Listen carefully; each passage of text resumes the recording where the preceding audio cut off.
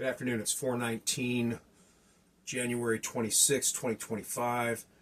What I've got behind me is a map of North America, Central America, and South America.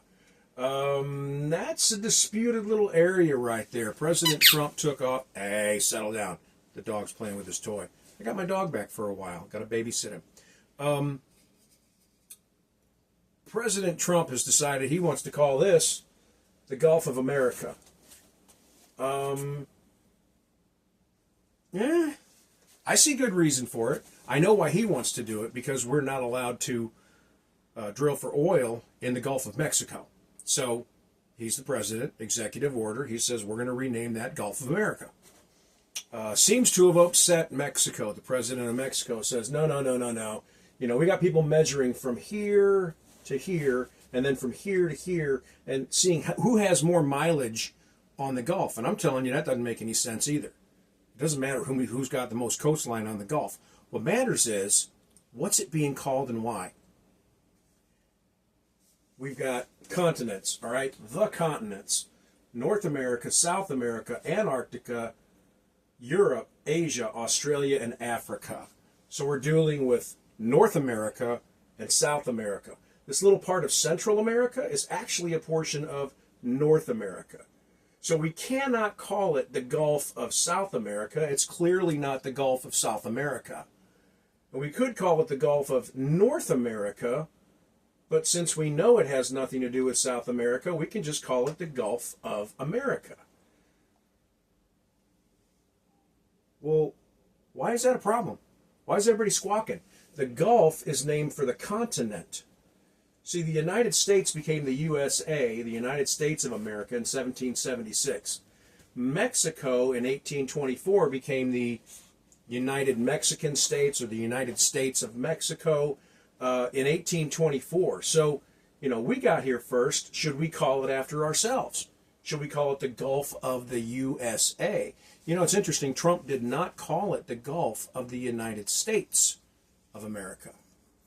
He's changed it to the Gulf of America, named not for the United States, but named for Canada, the United States, Mexico, Belize, a few other places that are all in North America, in America.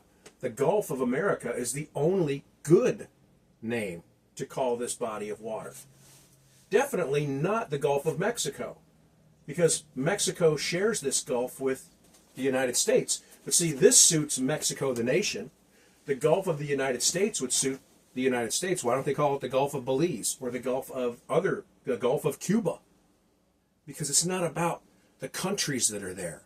It's the Gulf of the continent of America. Makes perfect sense to me. And you know what? Somebody should have done it sooner.